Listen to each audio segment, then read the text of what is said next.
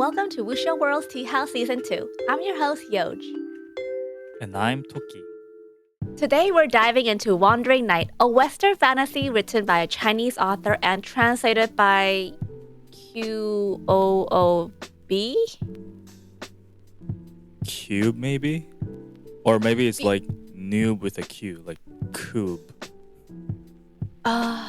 That's the thing about mainly being like a text-based company. I'm never sure how to pronounce some of our team members and commenters' users' name because I always see it and I never hear it. Well, seeing how they've been with us since 2019, you'd think we'd know, but yeah. Anyways, back to Wandering Night. A Chinese web novel, but Western fantasy. Yeah, that's definitely gotta be an interesting read. I don't know about you, but I feel like I've usually read Western fantasy by Korean web novelists, at least on Wuxiaworld. So it definitely caught my attention when it popped up on the announcement page. Agreed. When I saw the synopsis, well, actually, let me read it out. Dragon's wings cut through the sky, knights charge forward, magic tearing apart everything before them. Wizardry distorts the fabric of reality itself. The steam revolution stirs in one kingdom. The endless seas echoes with ancient distorted calls. Gods rule from high above, and the dark abyss leads deep underground. Wang Yu, from Earth, arrives in this unfamiliar world of fantasy. Straightforward and practical to the extreme, Wang Yu hates politics, despises intrigue, and prefers to approach everything head on. In his own way, he leaves his mark in this mad, chaotic world. I don't care to listen to or understand my enemy's story. I'm the tank and you're the carry. Together, we'll be invisible. A man's got to have a sense of himself more than anything else. Armed with an iron hammer and an unbreakable will, he smashes through every obstacle in his path. I just had a good laugh whenever I read that. I'm the tank and you're the carry. But yeah, I did a double take when I saw the dragons, knights, wizards, and then Wang Yu. And then had a bit of a chuckle when I realized that all the characters had Western names except for our MC Wang Yu. So it's like a reverse version of The Last Samurai. Speaking of our main character, he doesn't really start off feeling very main character, does he? I mean, except for waking up not knowing where he is. Yeah, I mean, if you think about my journey with immortality begins with hunting. Actually, we had an inside joke. We call it my journey to immortality begins with humping. Anyways. Wait, whose joke is that? It's not with me. Oh, it was in the comments. Oh, okay. Yeah. Anyway, Okay. So the MC there, Zhao Yun, just rolls with it. But in The Wandering Night, we're told the strange, unfamiliar world left Wang Yu perplexed and confused. But then again, there's quite a few main characters that start off weak in the beginning and needing a lot of help and training, and then a couple chapters in, it's like bam, they're the hero and overpowered. Wait, are you thinking of My Hero Academia? Not gonna lie, I did see the green-haired boy in my mind as I was saying that, so yeah. Well, we're talking about Wang Yu today and his journey. So I can't tell whether he's different from our usual main character mold or not, but he's definitely not one of those chosen ones or a genius. Because all of chapter 1 was basically calling him ordinary and average. I mean, I quote, he was an ordinary man in his 20s of middling appearance. And then we also get, he wasn't particularly intelligent and had always been more or less average in most respects. Okay, pretty but average. You're forgetting what makes him special. Otherwise, he wouldn't be the main character, right? Yes, I guess. His willpower and determination. It's unmatched. Well, I mean, judging by how it only took him 8 months to learn the language of a completely foreign place that he's been plopped to, and based on all those character names, he's probably the only Asian there so far. So there wasn't any translator to help smooth the way for him. So he was probably learning one word at a time. I mean, you know, point at something. This tree, this book. Yeah, his willpower, his determination to learn is impressive, especially considering the fact that I took Spanish for 4 years in high school and I'm definitely not conversational. Yeah. I mean, probably one, because it wasn't a laugh and death kind of situation for you, and two, even if you did learn, wasn't high school like ages ago for you? Hey, You've probably grown senile.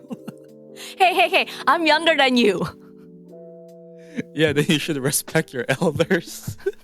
Sure, whatever, Grandpa, whatever. But okay, but in all seriousness, I like that Wang Yu's averageness is emphasized because then his growth and his resilience is highlighted. Like even in this new world, his physique is below average, but you know, he basically gets a growth spurt.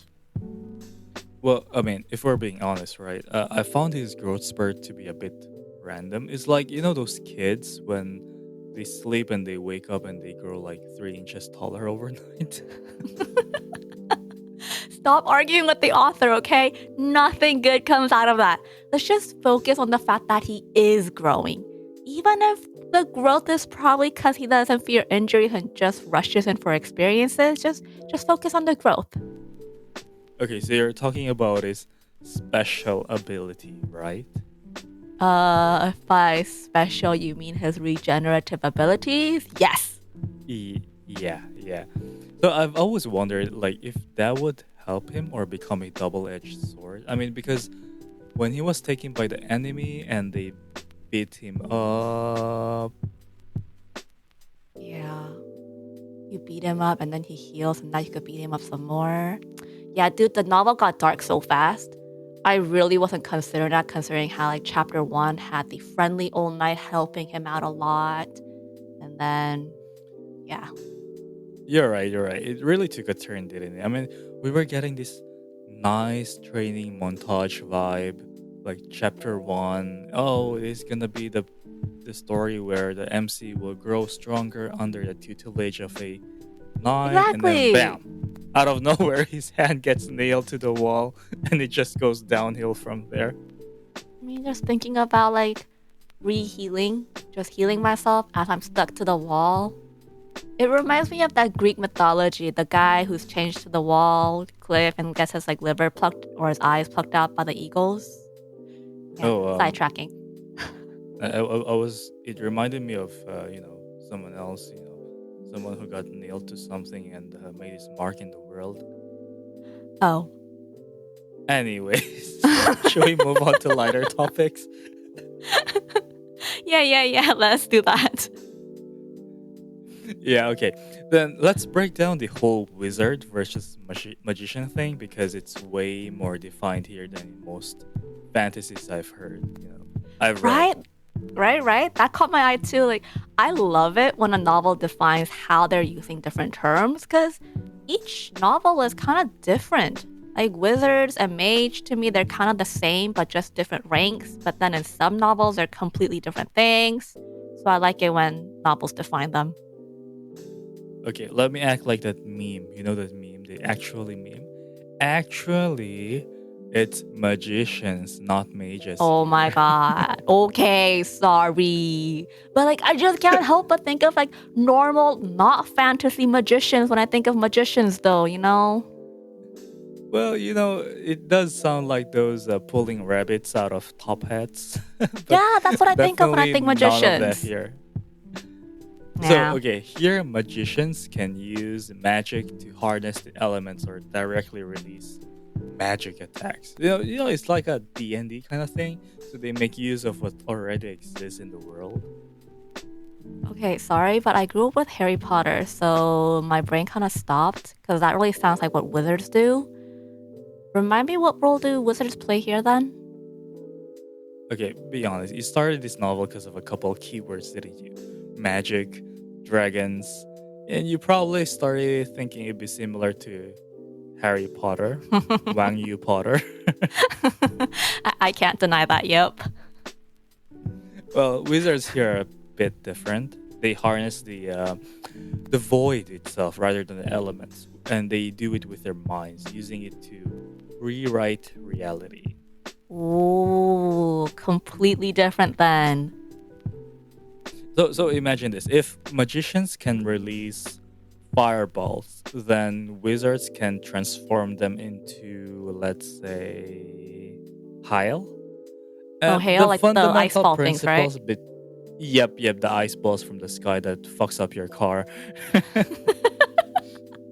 Yeah, so the Can't relate, I fundamental live in principles behind California. their spells are kind of the same, but completely different at the same time.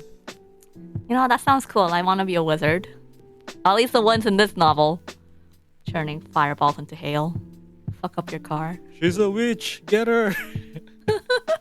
Okay, I ignoring thought your you'd love be for like- magic, okay. I Yeah. thought you'd be like, you're a wizard, Harry, not you're a witch getter. Mean. I mean, if you said that like a few centuries ago, you'd be burned on a stake. Whatever. Burned like a steak. Anyway, Okay. ignoring your love for magic, what do you think of The Wandering Knight? Mm, not gonna lie, I kind of felt lied to in the beginning. I really thought this would be like a knight, squire, going around the kingdom saving people kind of a novel, right? But then it got really dark and gritty really fast. But then again, it brought in the different schools, types. I don't know how you would word that, of like magic. So I'm happy. Can't wait to see where it goes from there, you know? It's magic. Fantasy. You know, the way you describe it just now, it kind of feels like you went out on a coffee and bagel date, and then turns out the guy was more of a Tinder material. The stories I could tell you. Okay, anyway, if we're being that honest, well, I did have some stuff that kind of, I was a bit lost in the beginning because we had some backstory in the narration while there was like action scene going on. So there was quite a bit of jumping around in the timeline that wasn't too clear early on. But once I got into it, it was pretty good. I mean, what don't you love about the main character that's straightforward, committed, and definitely no wishy-washy MC? I mean, it does kind of remind me about me. Huh? Just because he was like an Asian named guy surrounded by English named people. That's like my childhood, like probably every other Asian American out there. Oh, that's what you meant. I was like, it reminds me of me, straightforward, committed, not wishy-washy, and then you go, it reminds me of me. So I was like, oh, okay. Way to talk about yourself like this. Okay, I Yeah, my gotcha. childhood was basically being sandwiched between Raymond and Reginald. And then boom, random Korean name that the teacher can't even pronounce. I mean, same here. I grew up in America, but I kept my Korean name. So it was always, Sarah, Ashley, and then they come to my name and they're like, Mr., Mrs.? And I'm like, it's me. how do I just I raised my pronounce hand. it? I'm here. Man, I hated it when substitutes came. They never knew it. Anyways, going back to Wandering Night, like one more thing I really like about it was that the chapters are really long. So if you're someone who pushes things off, going, I'll do it after I finish this chapter, it's awesome. Like no short chapters here. You could push that off forever. Yeah, but considering the chapter length, there's a lot we didn't cover, and that's probably part of the fun, right? So, to our dear listeners, go read Wandering Night if you like magic, dragons, and so much more. And let us know what you think in the comments below. Bye. Bye! Thanks for joining us on Wuxiaworld's Teahouse. If you enjoyed today's episode, be sure to hit the follow button to stay updated with our latest releases. If you want more tea, hop over to our social media or Discord and send us an email if you want to spill the tea. We'll be back every Friday of each month, so check out our website, wuxiaworld.com. See you next episode. Bye!